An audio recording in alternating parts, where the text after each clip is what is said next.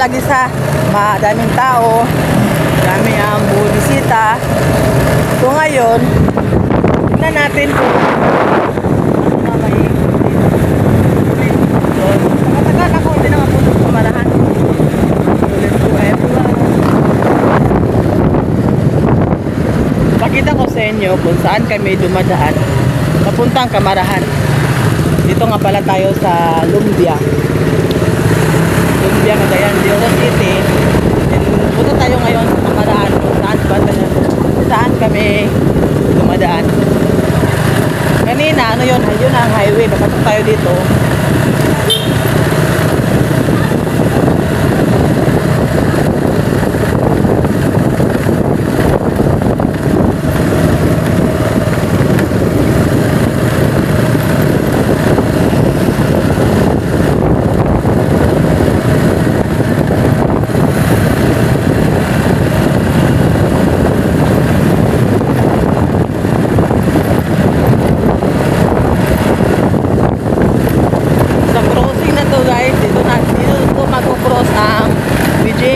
At yung high school papuntang Europa dito.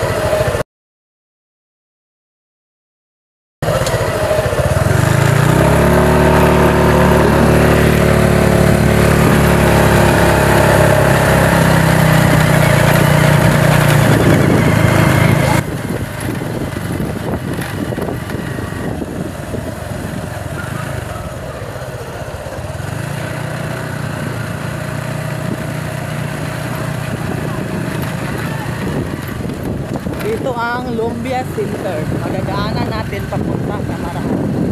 Lumbia Center at Lumbia Market doon.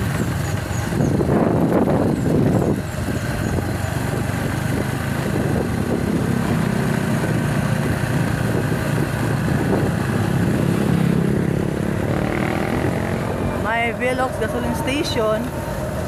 Sa baba nito may daan papasok. Kita mo ba yung nilabasan ng sasakyan? Diyan tayo dadaan.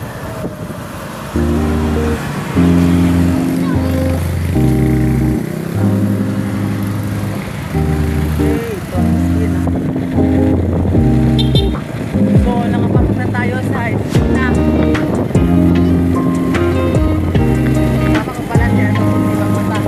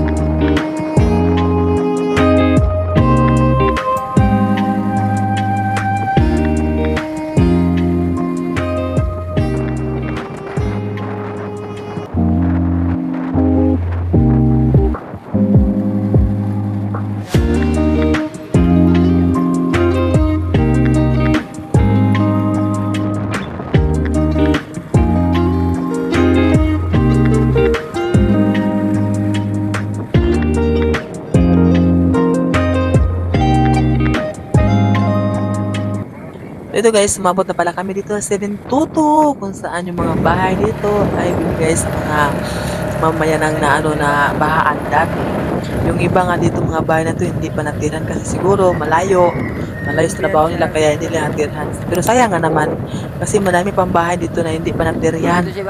Kawawa yung nangangailangan ng bahay, ang mga bahay dito wala pang tao-tao.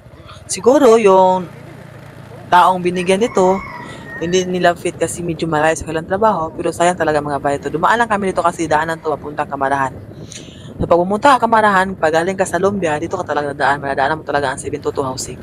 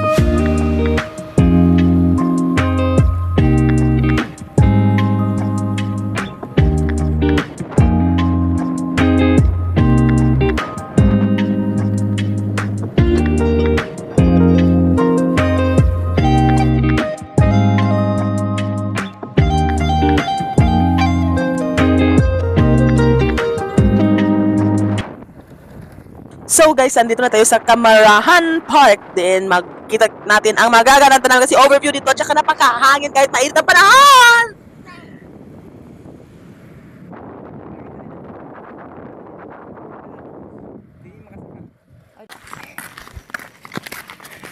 So guys, dito na tayo sa Kamarahan. May mga nagbabike pa dito. Yung may mga bike dyan. May makakainan dun sa likod. So ito na ang bagong update ngayon sa Kamarahan. Kung saan, nung COVID time, marami talaga ang pumupunta dito. So, tingnan natin kung magkano ba ang entrance. Kung pwede ba makapasok. Tingnan natin ito sa gilid. Oh.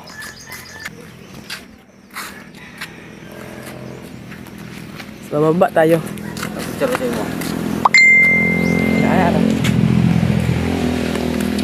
Pababa na tayo, papuntang Kamarahan. Pwede naman dito pasok ang mga sasakyan, motor, pwede dito ipasok. Kaya lang, iniwan lang namin doon para makita talaga kung ano na yung status.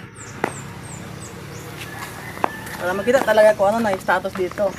So, let's go! Takbo!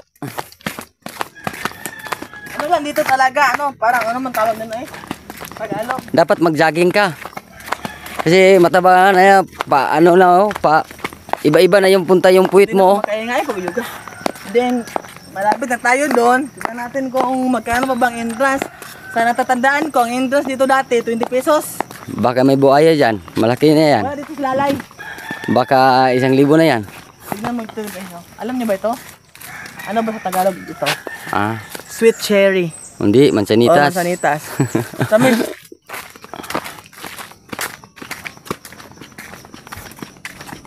nawala ang daan nyo?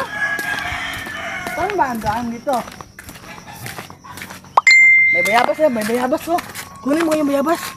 Ayo, patay tayo sa may-ari niya. Kusura, may may-ari. Dito na kami sa baba. Nakalimutan ko yung entrance. May entrance pala, oh. Saka medyo maganda niya ang daanan ngayon. Di tulad dati na ano talaga siya. Maputik, pero ngayon hindi. Kaya lang, init talaga yung ano natin.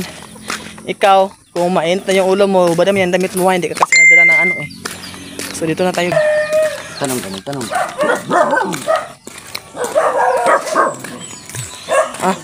Na-entrance na, Nicole? Oh, sada, bayad? Kawatag ko. Ito lang kung ano, 25. Malibot mo yan doon. Kaya ba natin libutin yan? Dito tayo magbayad, oh.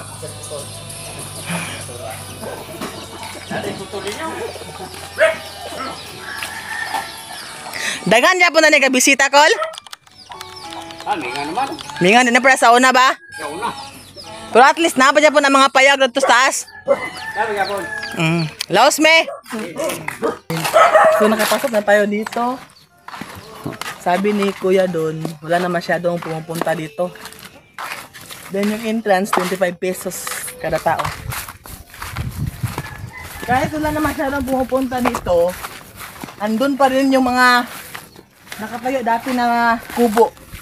Tingnan natin. Paakyat tayo. Medyo mainit na, pero kaya pa. Kasama nga pala yung asawa ko. Tower. Ito yung view. Sana may mahanap tayong bayabas, no? Para may makain tayo. Hindi ka naman mag-worried pag maputik kasi may mga steps silang ginagawa dito. Wala na daw masyadong bumibisita dito. Maganda to sa exercise.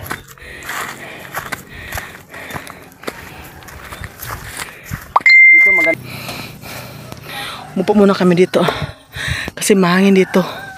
Pupunta pa tayo doon kahit mainit. Pakita ko sa inyo, may bangka-bangkaan dito. Meron din pala doon. Medyo malayo na doon, no? Tingnan natin yung payag lang, ha. Then hindi na tayo pupunta doon sa dulo kasi mainit talaga. Ito yung view dito, ho. Parang hindi naman siya matawag natin na Chocolate Hills kasi iba yung kurba ng mga bundok. Pero maganda lang tingnan. Sada kayang agi sa kano sa baka ba kanang ilang mga dalan-dalan. Kita ano ba yung malaking cross doon? Ano yun na ba ang Divine Mercy Dex? Doon sa dulo na may malaking cross. Murag.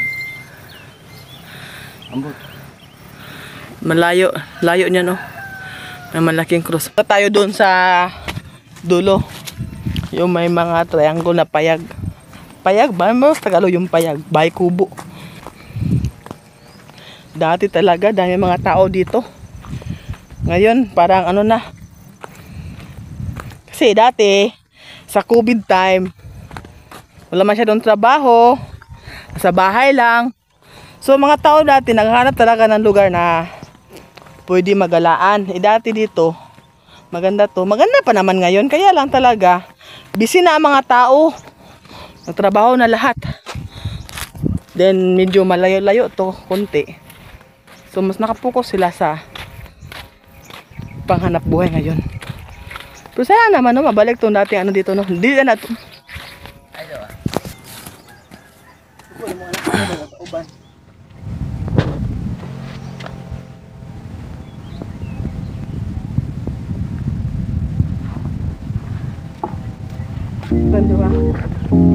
Tanto ba?